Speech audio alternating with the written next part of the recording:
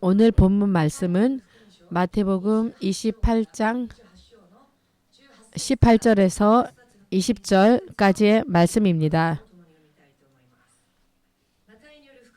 마태복음 28장 18절에서 20절까지의 말씀입니다. 다 찾으셨습니까? 예수께서 나와 일러 가라사대 하늘과 땅의 모든 권세를 내게 주셨으니 그러므로 너희는 가서 모든 족속으로 제자를 삼아 아버지와 아들과 성령의 이름으로 세례를 주고 내가 너희에게 분부한 모든 것을 가르쳐 지키게 하라.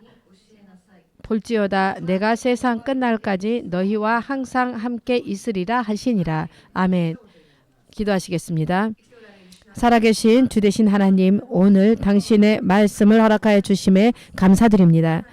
당신의 말씀은 지금 금방 우리들 눈으로는 그 가치와 그 엄청난 능력이 눈에 보이지 않지만, 지금 당장은 보이지 않지만 당신의 영육 모든 것에 있어서 영원한 유익이 되며 모든 생명을 주시는 하나님의 능력이시며 하나님의 말씀이시며 하나님의 명령이십니다. 부디 한 사람 한 사람이 마음을 열고 바르게 하나님의 말씀을 받아들일 수 있게 해주시옵고 더욱더 주님께 가까이 나아가는 시간이 될 수 있도록 메시지의 모든 시간을 마지막까지 도와주시옵소서. 감사드리며 예수 그리스도 이름으로 기도드렸습니다. 아멘. 지금까지 교회를 섬기면서 저는 많은 분들을 보아왔습니다. 많은 믿음을 가진 분들을 보아왔습니다만 때로는 엄청나게 하나님의 역사, 이것은 하나님의 능력이 아니면 부디 일어날 수 없는 하나님의 치유와 역사를 경험하신 분들도 보았습니다. 때로는 암세포가 전신에 퍼져서 이것이 결국에는 뼈를 녹여버려서 병원에서는 손쓸 방법이 없다고 정말 죽을 날을 기다릴 수밖에 없었던 사람이 예수 그리스도의 이름으로 기도하고 안수를 받았더니 다음 진찰 때 암세포가 사라져버렸습니다. 암세포가 없어졌습니다. 이러한 기적을 체험한 신자들도 있었는가 하며 또는 몇십 년이나 부인병으로 엄청나게 고통을 당해왔던 사람이 정말로 결심하고 주님 앞에서 안수를 받고 예수 이름으로 안수를 받았더니 좀 지나서 집에 가서 좀 상태가 안 좋아서 화장실에 갔더니 좋지 않은 노폐물을 전부 다 그 검은 노폐물을 전부 다 쏟아내고 그리고 또한 부인병에서 치유받은 사람도 보았습니다. 또 내 기억에 남아있는 사람들 중에 나을 수가 없는 치료하는 약도 없는가 하면 현대의학에서는 어떻게 할 수 없는 불치의 병에 걸려버려서 일평생 동안 죽을 때까지 어떻게 하면 이 병과 사이좋게 사귀면서 조금이라도 오래 살 수 있을까? 조금이라도 몸이 건강할 수 있을까? 이것을 생각하면서 일평생 그렇게 살아야 되는 사람이 역시 예수님의 앞에 단 한 방에 병 고침을 받고 너무나도 감격하여서 간증하는 사람들이 기억에 남아 있습니다. 여러분, 이러한 분들의 얘기를 들으면 어떻게 생각하십니까? 이러한 엄청난 체험을 하신 분이라며 정말 엄청난 믿음의 사람이 되어 있으리라고 생각지 않습니까? 사도 바울까지는 아니더라도 매우 엄청나게 믿음 생활을 하고 믿음에 있어서도 성숙한 멋진 믿음 생활을 하는 사람이 될까라고 생각할 것입니다. 여러분, 교회에는 간혹가다 이런 사람이 있습니다. 나에게는 이러한 큰 기적이 없고 나에게는 이러한 체험이 없으니까 그렇기 때문에 나는 믿음이 약하다라고 저도 저 사람처럼 뭔가 큰 기적을 체험했다라며 믿음이 더 좋아졌을 텐데 라고. 그런데 결국에는 하나님께 대해서 서운한 생각까지 품습니다. 왜 하나님께서 나에게 이러한 기적을 일으켜 주시지 않습니까? 라고. 이런 사람도 간혹 있습니다. 하지만 제가 보아왔습니다만 이렇게 엄청난 체험을 했다라고 해서 이것이 믿음 생활로까지 연결되는 것이 아니다라는 놀라운 사실을 깨달았습니다. 치유받고 엄청난 체험을 했음에도 불구하고 기뻐하고 그 감격의 눈물을 잠시 동안은 계속됩니다만 너무나도 짧고 그 기쁨의 시간이 짧게 지나가 버리고 건강하게 된 몸으로 주님을 섬기는 것이 아니라 건강한 치유받은 몸을 가지고 세상으로 달려갑니다. 건강해졌으니까 이제부터 돈 벌기 위하여서 일하러 가지 않으면 안 되니까, 또 건강해졌으니까 이때까지 병으로 엄청난 고생을 했으니까 이제부터는 좀 세상의 즐거움도 유유자적하게 즐기면서 살고 싶습니다라고 말하는 사람이 있는가 하며, 아니면 나 결혼하겠습니다. 몸이 건강해졌으니까 결혼하겠습니다라고 해서 믿음 생활이 아니라 이 세상의 즐거움을 달려가는 사람도 있었습니다. 하지만 그들에게 공통점은 하나님을 떠나지는 않았습니다. 자기 자신은 크리스찬이라고 생각합니다. 하나님을 부정하는 것도 아닙니다. 예수님을 부정하는 것도 아닙니다. 믿음을 가지고 있습니다. 자신은 크리스찬이라고 생각합니다. 하지만 믿음 생활로까지는 연결되어져 있지 않습니다. 저는 교회에서 많은 분들을 보아왔어. 그리고 만나면서 깨달은 것이 있습니다. 믿음을 가지고 있는 사람들 가운데에는 두 가지 그룹이 있습니다. 신자와 제자가 있습니다.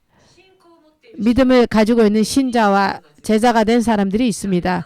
여러분, 신자라고 하면 어떠한 존재입니까? 사전적 의미로 찾아보면은 어떤 특정한 종교를 믿는 사람을 신자라고 합니다. 하지만 제자라고 하는 것은 어떠한 존재인가 하며 스승으로부터 가르침 받은 것을 그대로 몸에 익혀서 그것을 그대로 행해가는 그러한 사람을 제자라고 말합니다. 여기서 한 가지 질문하겠습니다. 여러분은 자기 자신을 돌아보았을 때 자신은 신자라고 생각합니까? 아니면 제자라고 생각합니까? 신자라고 하는 것은 믿음을 가지고 있는 사람입니다. 하지만 가지고 있기만 하는 사람입니다. 말 그대로 무언가를 믿고는 있지만 단지 믿음을 가지고 있는 사람입니다. 하지만 제자라고 하는 것은 믿음이 생활로까지 연결되어 있는 사람을 말합니다. 성경은 우리들에게 어떠한 사람이 되라고 말씀하십니까? 실로 오늘 읽은 마태복음 28장 18절에서 20절까지 말씀에서 하나님께서는 확실하게 알기 쉽게 우리들에게 가르쳐 주십니다. 하나님께서는 예수 그리스도는 하늘로 승천하시는 마지막까지 지상 명령으로서 믿는 모든 자에게 이렇게 말씀하셨습니다.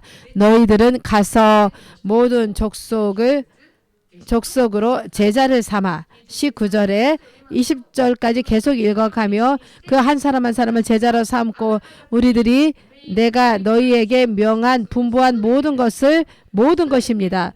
모든 것을 가르쳐 지키게 하라 하셨습니다. 여기에서 우리가 깊이 생각해 봐야 될 것은 예수님께서는 너희들은 세계에 나가서 모든 족속을 신자를 삼으라 하지 않으셨습니다.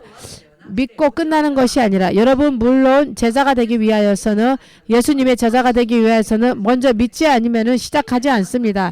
신자가 되었다라고 하는 것은 엄청난 축복입니다. 하지만 예수님께서 이렇게 말씀하셨습니다. 신자로 멈추지 말고 신자로 하는 것이 아니라 그 신자를 제자로 삼으라 하셨습니다.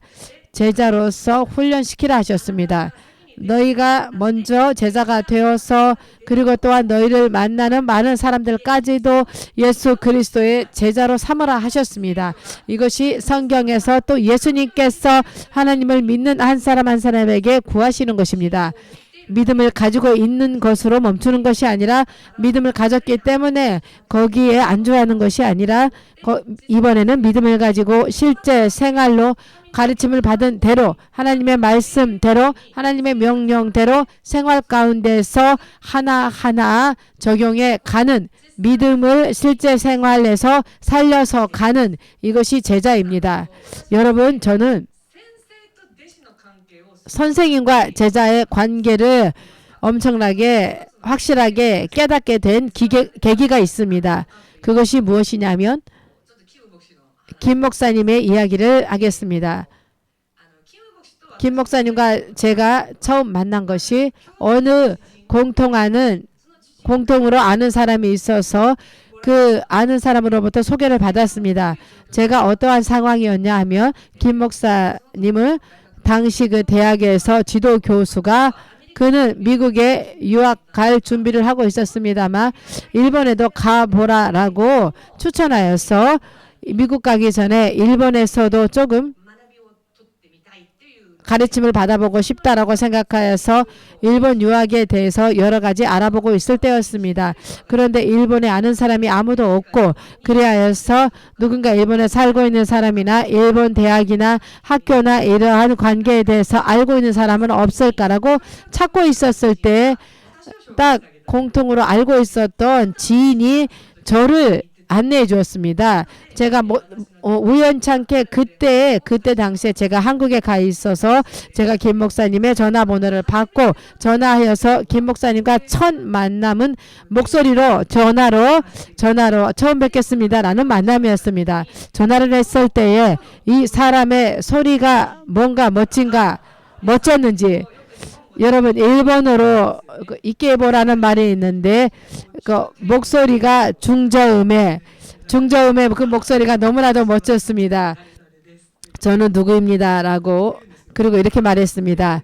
이렇게 알게 되어서 만나서 께서 반갑습니다. 한국 사람이 잘하는 인사인데요. 식사하셨습니까? 라고 정말로 중저음에 너무나도 멋진 소리로 말을 하니까 저는 솔직하게 멋지다라고 생각했습니다. 본인한테도 얘기했는데요. 그래서 하나님의 인도하심이 있었고 일본의 유학의 길이 열리고 일본에 그가 왔습니다. 먼저는 어학 공부를 하지 않으면 안 되기 때문에 일본어 학교를 다니게 되었습니다. 그런데 그 일본어 학교를 다니면서 어느 날 화요일 날 지금도 기억하고 있는데 화요일 날 긴자 집회에서 그가 너무나도 멋진 그 목소리에 그 김 목사님이 그 긴자 집회에 일본어 학교 끝나고 돌아왔는데 긴자 집회로 왔는데요. 어떻게 나타났냐며 이게 할렐루야라고 여자 목소리로 나타난 것입니다. 그 중저음의 멋진 소리가 아니라 할렐루야라는 그 여성의 소리로 이렇게 여러분 안녕하십니까? 라고 이렇게 식사를 나눠주면서 여러분에게 이렇게 이러한 목소리로 말을 하는 것입니다. 그래서 듣던 모든 사람들이 폭소를 터뜨렸습니다. 왜 이렇게 되었냐라고 물었더니 그가 처음 일본어 학교에 들어가서 처음 일본어 가르침을 받은 선생님이 그 할머니 선생님이었답니다. 그분이 학생들에게 대해서 이런 목소리로 여러분 오늘도 공부 열심히 합시다. 이렇게 여자 목소리로 그대로 흉내를 내서 말을 하는 것입니다. 아, 선생님과 제자가 이런 관계이구나. 이런 톤까지 닮는구나. 말하는 뉘앙스까지도 닮아버린다. 이것이야말로 제자이구나라고 저는 생각했습니다. 제자라고 하는 것은 자신의 무엇을 어필하는 사람이 아니라 배운 것을 그대로 나타내는 사람입니다. 예를 들어서 일본에서 뭔가 유명한 라면 체인점이라던가 뭔가 엄청난 그 라면 체인점이나 소바 가게가 있으면은 배우러 갑니다. 그 사람이 똑같은 레시피, 똑같은 맛으로 그 가게에 똑같은 맛을 내기 위해서 열심히 배우고 매일 훈련받고 수행하고 하고 해서 너는 합격이다. 너의 독특한 메뉴가 아니라 이 가게의 간판을 걸어도 될 정도로 똑같은 맛을 재현해낼 수 있다. 그때 어떻게 하냐 하면은 깃발을 나눈다고 합니까? 똑같은 간판을 낼 수 있도록 해줍니다. 제자라고 하는 존재는 이러한 존재입니다. 자신의 색깔, 자신의 생각, 자신의 의지, 나는 이렇게 생각합니다. 라던가 나는 이것이 좋다라고 생각한다라던가 나는 이렇게 하고 싶다라고 생각하는 것이 아니라 배운 대로 그대로 하는 거, 때로는 목소리 톤까지, 때로는 뉘앙스까지도 우리들은 실로 예수님께 대해서 그렇게 돼야 되는 것입니다. 예를 들어서 예수님을 대하기 전에 저의 그 말투가 매우 안 좋았다 할지라도 예수님을 만났다라 하면 덕을 세우는 말을 해야 됩니다. 거짓말이 아니라 때로는 이것을 듣는 사람에게는 찌르는 것 같은 아픈 말이라 할지라도 그 사람을 살리는, 그 사람에 대해서 유익한 것이 되는 이러한 생명의 말씀, 은혜의 말씀을 해야 됩니다. 우리들이 이때까지 예수님을 만나기 전까지는 예를 들면 하나님의 가장 큰 계명은 하나님을 사랑하고 사람을 사랑하는 것입니다. 자신을 사랑하는 것처럼 내 이웃을 사랑해야 하고, 이때까지 예수님의 제자가 되기 전에 저희들은 자신에게 유익하게 되는 것이라면 사랑하고, 뭔가 좋아하는 부분이 있으면 내 기호에 맞으면 사랑하고, 하지만 나에게 있어서 그다지 유익하지 않는 사람이라며 상대하지 않고, 이것이 이 땅에서의 보통의 인간관계라고 생각합니다. 하지만 예수님을 만났더니 이번에는 이제까지 접하지 못했던 사람에게 대해서 오히려 섬기면서 하나님의 사랑을 전하면서, 때로는 자신이 불이익을 당하는 일이 있다 할지라도 그 사람을 생각해주고 예수님처럼 그들에게 생명이 전해질 수 있도록 이렇게 가는 것이, 이렇게 변해가는 자신의 생활이 실로 믿음 생활, 제자가 되는 생활인 것입니다. 그렇기 때문에 여기에서 생각할 수 있는 것이 자신의 생활이 어떠한가를 돌아보며 자신으로는 아직 믿음을 가지고 있는 신자인지 아니면 제자로서 조금씩이라도 할지라도 변화해 가고 있는가를 알 수 있습니다. 여러분, 신자라고 하는 것은 어떠한 존재입니까? 아까 전에 말했습니다. 믿음을 가지고 있는 자, 믿음을 가지고만 있는 자, 믿음만 가지고 있는 자. 예를 들어 말하면 눈앞에 아주 맛있는 진미가 차려져 있어서 너의 것이니까 마음껏 먹어라라고 했는데 그것을 먹지 않고, 보고는 있는데 그것을 먹지 않습니다. 이러한 사람과 보고도 있고 그리고 가지고도 있는데 실제로 그것을 손으로 옮겨서 입에 넣고 씹고 삼켜서 이러한 작업을 하지 않으면 이 물건이 자신 안에 들어와서 에너지로 변하지 않습니다. 제 아무리 멋진 것이라 할지라도 직접 자기 손으로 가져가서 실제로 자신의 것으로 가져와서 소화하지 않으면은 유익이 되지 않습니다. 예를 들어서 자신을 위해서 준비되어진 것이라 할지라도 그러한 행위를 하지 않으면 나와는 관계가 없는 것이 됩니다. 저의 예를 들자면 작년에 한국에 갔었을 때 어떤 분에게 고려 인삼의 그 영양제, 영양 드링크를 받았습니다.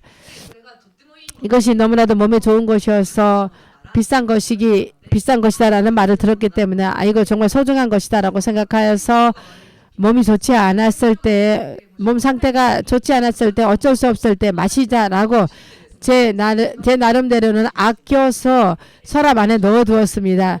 상태가 좋지 않을 때 마시자라고 생각해서. 그런데 시간이 지나서 문득 유통기한을 보았더니 영양제라고 한 영양 드링크, 그 고려인삼의 드링크는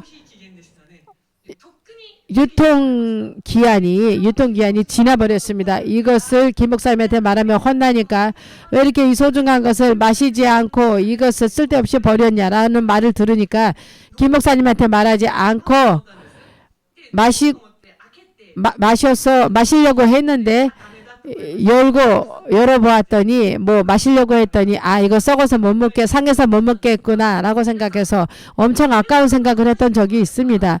여러분, 먹을 걸로 이게 예를 들자면 그걸로 버리고 끝나고 말면 되는데, 그런데 믿음 생활로 대비해서 보며 그 하나님의 엄청난 엑기스가 될 이러한 엄청난 것들이 이것을 가지고만 있고 믿음 생활로 적용해 가지 않으면 이것은 여러분 얼마나 정말 어리석은 것일까요? 식사만 유통기한이 있는 것이 아닙니다. 식사뿐만이 아닙니다. 우리들의 인생에 있어서도 유통기한이 있습니다. 누구든지 간에 마지막이 있습니다. 그 마지막은 끝나서 끝나는 것이 아니라 하나님께서 측량하십니다. 다니엘서를 보며 벨드사살이라는 왕이 나옵니다만 그 하나님께서 그를 높였습니다. 그를 축복하였습니다. 그리하였더니 하지만 그는 하나님 앞에 겸손해지고 하나님께 영광을 돌리지 않았습니다. 믿음의 사람으로서 행하지 않았습니다. 하나님께서 정해진 때가 오자 그는 모릅니다. 언제나처럼 연회를 열었습니다. 하지만 하나님께서 그 하나님의 때에 그에게 이렇게 말했습니다. 나는 너를 측량해 보았더니 모자르다. 만약에 우리들이 단지 신자인 채로 있고 모처럼 엄청난 하나님의 축복을 가지고 은혜를 가지고 있으면서도 실제로 자기의 것으로 하지 않고 생각 가운데 살려가지 않으며 하나님의 심판의 때에 하나님께서 측량하실 때 만약에 모자르다라는 말을 듣는다며 이것만큼 두려울 일이 없습니다. 그렇기 때문에 우리들은 정신을 바짝 차리고 그냥 신자가 아니라 신자가 되었다라며 제자가 될 때까지 믿음을 불태워서 앞으로 나아가야 됩니다. 그렇다면 왜 하나님께서는 예수 그리스도는 이렇게도 우리들에게 제자가 되거라 라고 말씀하셨을까요? 여러분, 이것은 하나님의 나라를 굳게 견고한 것으로서 세우기 위함입니다. 하나님의 엄청난 강한 결코 무너지지 않는 굳건한 하나님의 나라를 만들기 위하여서 우리들에게 제자가 되라고 하셨습니다.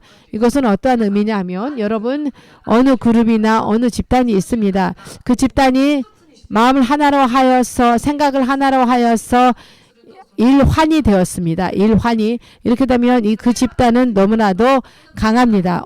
예를 들어서 어느 나라가 있습니다. 그 나라가 국민 한 사람 한 사람이 생각을 하나로 품고 일환이 되면은 그 나라는 절대로 넘어지지 않습니다. 그 나라는 어떠한 원수, 어떠한 나라가 쳐들어와도 결코 쓰러지지 않습니다. 균열이 일어나지 않습니다. 하지만 여러분 모두가 이것은 하얗다라고 말할 때 그렇구나 하얗구나 이렇게 마음을 하나로 하여서 하얗구나라고 말하지 않고 내가 생각하기에는 이것이 아이보리로 보여. 이것을 보았더니 이게 크림색으로 보여. 또 내가 보았더니 좀 노랗게도 보인다라고 이렇게 말해버리며 서로가 충돌이 일어납니다. 내가 바르다. 네가 옳지 않다. 너 이상하다라고 이렇게 하면 그 나라는 어느 단체는 견고하게 서지 못합니다. 외부에서 어떠한 힘을 가하지 않아도 저절로 자멸하게 됩니다. 하나님께서는 왜 우리에게 제자가 되어라 하셨냐며 제자는 아까 전에도 얘기했듯이 자신의 색깔, 자신의 생각, 자신의 무언가를 주장하는 사람이 아니라 배운 대로의 것을 행하는 자입니다. 목소리 톤, 뉘앙스까지도 배운 대로 하는 것이 제자입니다. 예수님의 마음, 예수님의 가르침, 예수님의 생각으로 하나가 되어서 예수님의 가르침대로 행하고 일환이 되는 그 집단은 실로 하나님의 집단이야말로 실로 하나님의 나라가 되는 것입니다. 하나님 나라의 일원으로서 우리를 세우기 위함이기도 합니다. 우리들이 제자가 되며 우리들 한 사람 한 사람이 하나님의 나라의 일원이 됩니다. 그리고 견고한 하나님의 나라 두 번 다시라고 할까요? 쓰러질 리가 없는 이 세계의 어느 나라보다도 영원하며 또 강력한 하나님의 나라가 제자들로 인하여 하나님의 사람 한 사람으로 인하여서 하나님의 뜻 가운데서 세워지는 것입니다.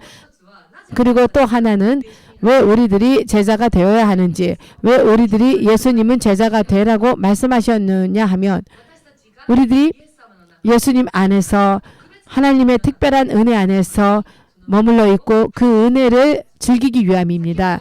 아까 전에 마태복음 28장 18절을 읽으면 예수님께서 이렇게 선언하셨습니다. 하늘과 땅의 모든 권세가 나에게 주어졌다라고. 하늘과 땅의 모든 권세가 예수님께 있었습니다. 그 예수님을 따르는 제자들은 어떻게 됩니까? 예수님의 하늘과 땅의 일체의 권능이 우리들 제자들에게도 그대로 주어집니다. 그것을 예수님께서 약속해 주셨습니다. 실제로 복음서를 읽어보면 예수님께서는 12제자들을 파견하실 때 단지 파견한 것만은 아닙니다. 예수님의 이름으로 하나님의 능력으로서 성령의 능력으로서 귀신을 쫓고 병을 고치는 이러한 엄청난 권능을 그들에게 예수님께서는 주셨습니다. 그리고 그들이 나가서 예수님처럼 예수님의 제자가 예수님과 같이 귀신을 쫓고 병을 고치고 하나님 나라의 복음을 전할 수 있었던 것입니다. 라고 하는 것은 우리들이 제자가 되거라 하는 이 말씀은 우리들에게 먼저 축복을 주시기 위함입니다. 이것을 믿으십니까? 제자가 되라는 말을 들으며 뭔가 자신의 인생을 손해보는 기분, 뭔가 자신의 인생을 희생해야 되는 기분으로 생각하지 않습니까? 하지만 그런 것이 아니라 자신의 능력으로 제 아무리 발버둥 쳐도 노력해도 안 되는 하지만 자신의 능력과 이 세상의 어떠한 능력으로도 안 되는 하나님 나라의 능력으로 들어갈 수 있는 것입니다. 제 능력으로는 아무래도 안 되지만 예수님의 능력으로는 하늘과 땅의 모든 권세를 가지신 예수님께서 우리를 도와주시기 때문에 그 하늘의 능력을 맛보면서 살아갈 수 있는 것입니다. 그렇기 때문에 제자가 되는 것은 힘들고 또한 자신의 인생을 희생하는 것이 아니라 더욱더 하나님 나라의 일원으로서 하나님의 엄청난 영광 가운데 들어가게 하시기 위한 하나님의 은혜의 계획이라는 것 또한 믿으십시다. 자, 그렇다면 마지막으로 제자가 되기 위하여서는 어떻게 해야 되는지에 대해서 생각해 보시고 그리고 정리하겠습니다. 제자가 되는 중요성을 우리가 알았습니다. 먼저 예수님께서 그렇게 말씀하셨으며 또한 예수님의 제자가 되는 것은 엄청난 하나님의 영광 가운데로 들어가는 것이며 여러분 생각해 보시기 바랍니다. 일전에도 밤에 기도 모임이 끝나고 집에 돌아갈 때 하늘에 멋진 별이 떠 있었습니다. 아, 멋진 별이구나 라고 생각했는데요. 저렇게 멋진 별의 빛이 있어도 그 별은 빛을 스스로가 발광할 수가 없습니다. 스스로가 빛을 만들 능력이 없습니다. 그것이 달입니다. 밤에 달의 빛이 발하는 것이 태양빛을 받아서입니다. 태양빛을 받아서 이번에는 달이 빛을 발할 수가 있는 것입니다. 우리들이 제자가 되며 우리들은 약하지만 스스로는 그 힘을 만들어내는 능력이 아무것도 없지만 예수님의 영광이 우리들에게 와서 우리들이 예수님의 영광을 비춰가는 이것이 제자이기 때문에 이렇게 멋진 은혜는 없습니다. 이것을 알지만 제자가 되기 위하여서는 어떻게 해야 됩니까? 이것을 생각해 본 적이 있으십니까?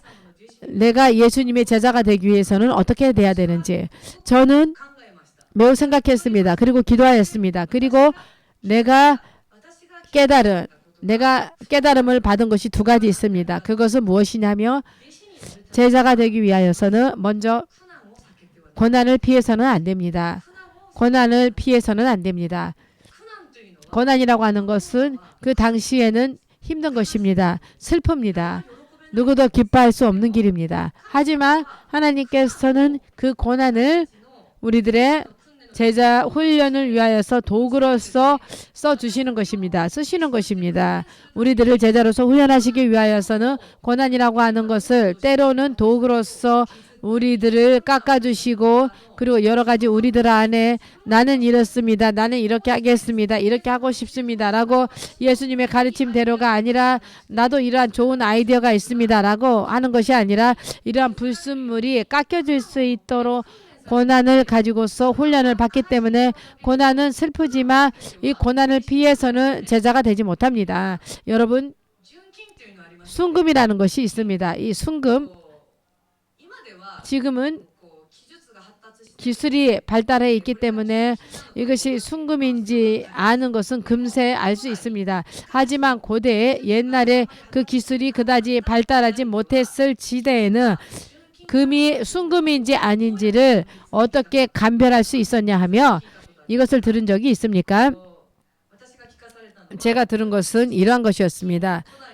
고대 사람들이 금을 만들 때 불순물을 태우고 녹이고 불순물이 아닌 것이 금인 것입니다. 그 불순물을 태워가며 그 녹인 그 금에 자신의 얼굴을 비춰본답니다. 그래서 그 금에 자신의 얼굴이 비춰지면 순금. 하지만 그 금에 비춰봤을 때 얼굴이 선명하게 비춰지지 않으며 아직 다 끝나지 않은 불순물이 남아있다라고 생각해서 더 불순물을 태웠답니다. 그 금을 비춰봐서 자신의 얼굴이 비춰지면 그것을 순금으로 판단하였답니다. 내 안에 불순물이 전부 다 빠지고 그 불순물이 전혀 없어지면 우리들을 통하여서 아까 전에 말하였던 그 달빛처럼 우리들이 그 하나님의 영광을 비춰갈 수 있게 되는 것입니다. 할렐루야. 그렇기 때문에 고난은 고통스럽지만 결국 그것이 우리들을 하나님의 영광이 이루도록 해주시는 어떤 의미에서는 축복의 수단이기도 한 것입니다. 고난은 저는 이렇게 생각합니다. 씨뿌림이라고 생각합니다. 고통스럽고 끝나는 것이 아니라 영원히 고통 가운데 끝나는 것이 아니라 지금은 고통스럽지만 이 훈련을 충실하게 받으며 불순물이 많이 섞인 상태에서 그 불순물이 빠지고 순금이 되도록 우리들 자신이 하나님이 기뻐하시는 그릇이 돼가면 우리들이 하나님의 영광을 나타낼 수 있고 우리들이 먼저 하나님의 특별한 축복과 은혜 가운데로 머물 수 있게 된 것입니다. 고난은 슬픈 것이지만 하지만 씨 뿌리는 것이기 때문에 그것이 우리들을 순금처럼 해주시고 그리고 우리들이 자기 자신을 나타내는 것이 아니라 자기 자신을 통해서 예수님이 비춰지고 예수님이 나타내지도록 하는 것입니다. 이것을 믿으십니까? 그렇기 때문에 고난을 피해서는 안 됩니다. 그것뿐만이 아니라 또 하나 제가 깨달은 것은 순종하는 것을 결심하지 않으면 제자가 되지 못합니다. 제자라고 하는 것은 실로 그런 것입니다. 내 생각대로가 아니라 배운 대로 하나하나를 지키면서 살아갑니다. 마태복음 아까 전에 읽었던 28장의 18절부터 20절까지가 그러한 내용입니다. 하나하나 주님께서 명하신 말씀을 모두 다 가르치고 이것을 다 지킬 수 있도록 하는 것이 제자입니다. 이것을 바꿔 말하면 순종하는 생활입니다. 하지만 여러분 누구든지 크리스찬이라면 순종하고 싶습니다. 하지만 그 순종이 그렇게 간단하게 되는 것이 아닙니다. 순종하기 위하여서는 믿음이 필요한 것입니다. 믿음이 없으면 순종할 수 없습니다. 우리들이 순종하는 결심을 하고 더한 믿음을 구해야 됩니다. 그것이 아니면은 안 되는 것입니다. 한국에서 신사참배를 거부해서 순종한 주기철이라는 주기철 목사님이 계십니다. 아주 유명한 목사님이신데요. 일본의 식민지 시대에 일본의 신사참배를 강요받았을 때에 이것에 거부하였기 때문에 결국 순교한 분이신데요. 이 주 목사님이 생전에 이러한 말씀을 남기셨습니다. 믿음이란 무엇인가? 믿음은 두려워하지 않는 것이 아니라 두려우면서도 두려워하면서도 앞으로 나아가는 것입니다. 이것이 믿음이다라고 말씀하셨습니다. 믿음이다라고 하는 것은 전혀 뭔가를 느끼지 않고 나는 뭐든지 할 수 있다라고 하는 것이 아니라 믿음이라는 것은 때로는 힘들어서 못하고 때로는 포기하고 싶고 때로는 슬퍼서 이 이상 나아가고 싶지도 않은 상황 가운데에서도 그러한 가운데에서도 앞으로 나아갈 수 있도록 역사하는 능력인 것입니다. 두려움이 있어도 때로는 무서워도 때로는 자신의 힘이 따라갈 수 없어도 엄청 힘들 때에도 우리들의 믿음이 우리를 앞으로 나아가게 하는 것입니다. 두려워하면서도 앞으로 나아가게 해주는 것입니다. 그렇기 때문에 믿음과 순종을 서로 나눌 수가 없습니다. 이 둘을 우리들은 열심히 구해갈 때에 비로소 제자로서의 길을 걸어갈 수가 있습니다. 할렐루야. 마지막으로 이 시간 정리하겠습니다. 오늘 여러분 오늘 말씀을 통해서 어떻게 생각합니까? 자신이 이때까지 신자였는지 아니면은 제자가 되어 가고 있는가 아니면 제자로서 걸어가고 있는가. 아까 전에 519자 함께 찬양하였습니다. 십자가를 질 수 있느냐? 네, 죽기까지 노력하겠습니다. 누구든지 그런 기분은 있습니다. 하지만 그렇게 할 수 있는가? 나는 이렇게 노래만 부르고 있을 뿐 찬양만 할 뿐 실제 생활에서는 그러한 제자로서의 길을 걸어왔는가? 이것을 생각해 보시기 바랍니다. 이 마지막 시대에 더욱더 필요한 것이 하나님께서 더욱더 구하시는 사람들을 머리가 좋아서 엄청난 지혜와 지식이 있어서 자신의 길을 자신이 개척하는 사람이 아니라 철저하게 예수님께 돌아가는 자, 철저하게 말씀으로 돌아가는 자, 철저하게 말씀을 지키는 자입니다. 예수님께서는 마지막 때에 그 한 사람 한 사람을 통하여서 역사하십니다. 한 번 더 오늘 말씀을 이 시간으로만 끝나는 것이 아니라 더욱더 음미하시면서 자신의 영적인 현 주소를 점검하시면서 반드시 제자가 될 수 있도록 주님께서 기뻐하시는 제자가 될 수 있도록 이를 위하여서 고난도 두려워하지 않고 고난이 힘들어도 피하려고 하지 말고 믿음으로써 순종할 수 있도록 그 필요한 능력을 구해갑시다. 그때 주님께서 그렇게 할 수 있도록 모든 것을 하겠습니다 라고 아까 찬양의 고백처럼 그렇게 할 수 있도록 성령으로서 능력을 주십니다. 왜냐하면 믿음도 주님께서 주시는 은사이시기 때문입니다. 더욱더 구하여서 제자로서 걸어갑시다. 할렐루야. 이 시간 오늘 말씀을 음미하시면서 함께 기도하는 시간을 갖겠습니다. 예수여 삼창하시고 기도하시겠습니다.